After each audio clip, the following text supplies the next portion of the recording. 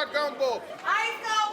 Bourbon Street back in business. Hot jambalaya. 14 flowers remembered 14 victims. So did patrons in prayer. Supporters in town for a college football game did it their way. Terrorism is not going to stop us from living.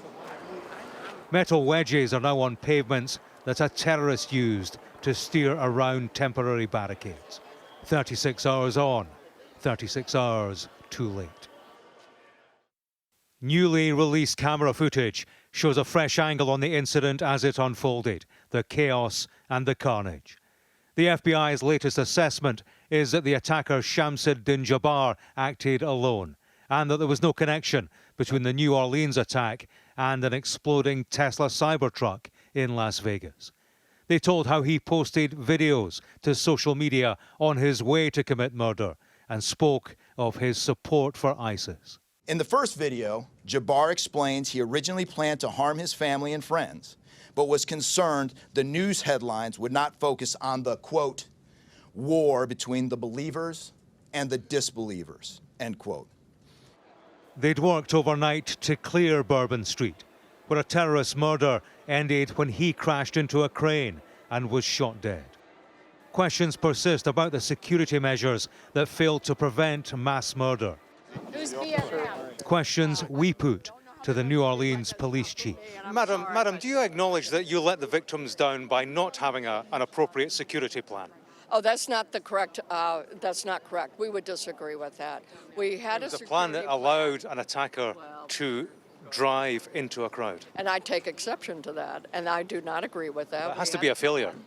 We do know that people have lost their lives. But if you're experienced with terrorism, you would not be asking that question. Well, with respect, experience of terrorism surely requires appropriate security protection. We are learning more about the victims, people who'd come to party in the center of New Orleans and crossed a terrorist path. The last thing that we ever said to each other, he told me he loved me, so. Jack Besh lost his brother Martin, nicknamed Tiger, here on the left. He made a FaceTime call to an emergency room as doctors fought but failed to save his brother. He couldn't respond to any of us, but he could hear us. I truly believe he could hear us. His eyes were closed and he was on a machine, but I know he could hear us. God kept his heartbeat beating for a reason. I believe it was so that me and my family could tell him goodbye. You couldn't even fit in the room. There were so many doctors in there. And they said they did everything they possibly could, and he fought so hard. God was calling him home. It is the iconic street, the old part of New Orleans in the fabled French Quarter.